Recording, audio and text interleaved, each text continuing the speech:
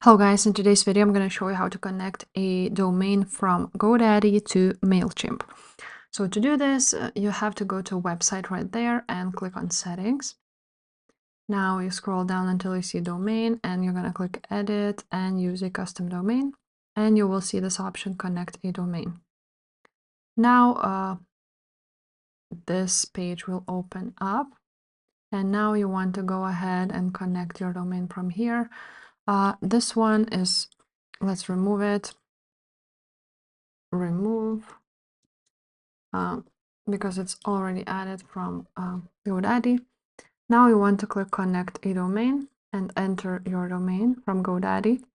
And now all you have to do is just enter CNAME record and a name, a record to your GoDaddy. So you're gonna just copy this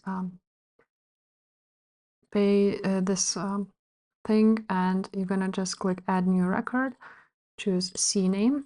Now it says that it's named www, so you choose that and you copy that value there and save it. Again, same goes for the A record.